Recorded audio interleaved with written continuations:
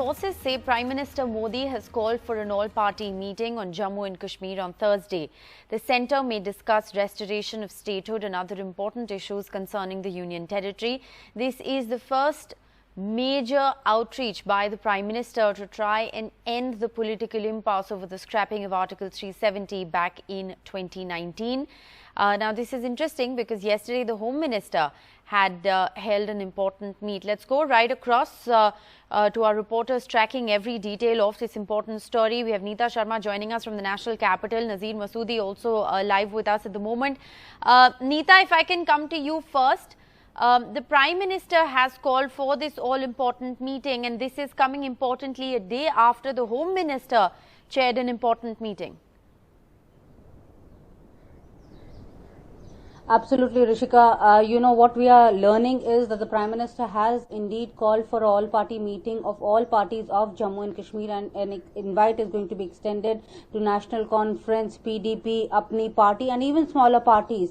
You know, this is the first reach out from the centre side to reach out to the political parties to end an impasse which has been there since 2019. Political activity needs to start in Valley. The President's rule has gone way too beyond. That's the feeling of North Block of Raisina Hill, and that is why the Prime Minister is making such an initiative. As far as yesterday's meeting is concerned, there were two parts of the meeting. In the first part, the Lieutenant Governor of Jammu and Kashmir, Mr. Manoj Sinha, along with his team, which included the Chief Secretary, also participated in the meeting. That was about the development and the COVID measures which the JK administration had taken in last 1 year. The Home Minister appreciated the COVID efforts. In fact, you know, 4 districts of Jammu and Kashmir have reached 100% vaccination in their areas. He appreciated that. And the second part of the meeting was in which the entire security paraphernalia, whosoever is a stakeholder in Jammu and Kashmir, which included the National Security Advisor,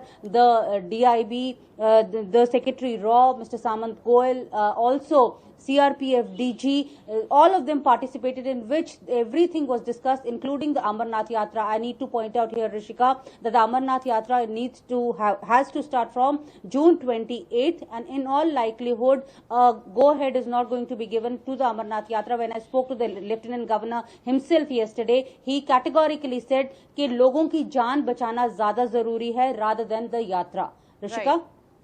All right, so that's an important statement being made there. So a whole host of issues. But Nazir, if I can come to you, all mainstream political parties from Jammu and Kashmir have been invited in this first of a kind outreach. What are you picking up from your sources? Well, Rishika, leaders are saying they have not so far received a formal invite, but they have been alerted, they have been indicated that there will be a meeting, all-party meeting in Delhi on Thursday next. So first major outreach by the centre to leaders of Jammu and Kashmir, those same leaders who were put in jail post abrogation of Article 370, ridiculed, demonized, and even they are saying they have been humiliated. But now after near two years of abrogation of 370, Article 370, all major leaders, political parties, they are being invited for this meeting to see the roadmap, what to do, what we are here picking up from our sources. You know, restoration of statehood, which has been promised by the Prime Minister after abrogation of 370, that is on the table. And other important issues, there are issues like the People's Alliance for Gupkar Declaration, PHBD or Gupkar Alliance. They have been demand restoration of 370. They are saying cases also, in front of Supreme Court as well. Will that be discussed or not? There are issues of delimitation, though that is not part of this meeting. But the fact is, there's already a delimitation commission. National Conference has indicated that its 3 member parliament, including Farooq Abdullah, may now join the, that delimitation commission if their concerns are addressed by the chairman of the delimitation commission.